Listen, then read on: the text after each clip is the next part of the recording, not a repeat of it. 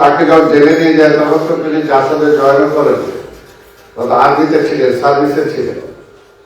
অর্থাৎ যুদ্ধের পরপর আমাদের এই দেশের সম্পদ যখন লুট করে নিয়ে যাচ্ছিল সেটাকে তিনি থামিয়েছিলেন বলেই তাকে জেলে যেতে হয়েছে। আবার একমাত্র সেক্টর কমান্ডার যিনি কোনো পদক পাননি। এই যে বিষয়গুলো আমরা যারা রাজনীতি করি বা এখানে কবি আব্দুল হাই সিকদার আছে, কামাল ভাই আছে, ওনাদেরকে বলবো এগুলো তো বিশ্লেষণ করা দরকার। যদি এগুলোকে আপনারা বিশ্লেষণ না করেন তাহলে তো মূল ঘটনা বের হয়ে আসবে না, এবং কখনো কি কোন দল করে সেটা বড় প্রশ্ন না।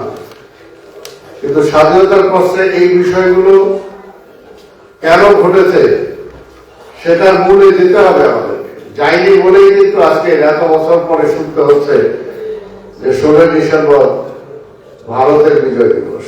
সেই যুদ্ধটা নাকি পাক ভারতের যুদ্ধ ছিল, যদিও এর আগে ইনিয়ে বিনিয়েছে বলার চেষ্টা করেছে, তাদের ছবিতে সেগুলো, সিনেমায় সেগুলো ফুটানোর চেষ্টা করেছে, কিন্তু সেই দেশের প্রধানমন্ত্রী প্রথম বলল। তাই এখনো যারা একটু ঢিবে তালে আছেন যে মনে হয় বোধহয় সব কিছু মুক্ত হয়ে গেছে, আপনার দেশটা বোধহয় আপদ মুক্ত হয়ে গেছে, বিপদ মুক্ত হয়ে গেছে, বিপদ আপদ করোনায় মুক্ত আমরা হই নাই। আর যারা এই মুহূর্তে ইন্টেরিয়াম গভর্নমেন্টের ক্ষমতায় আছেন তারাও যদি মনে করে যে ক্ষমতার এই স্বাদ আজীবন বইবেন, সেটাও কিন্তু খুব বেশি একটা না।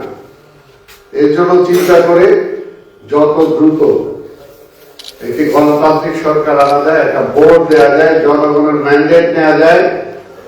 এই ম্যান্ডেটটা হবে আওয়ামী লীগের বিরুদ্ধে। যেমনি আমরা 70-এর নির্বাচনে আওয়ামী লীগ ভোট চেয়েছিল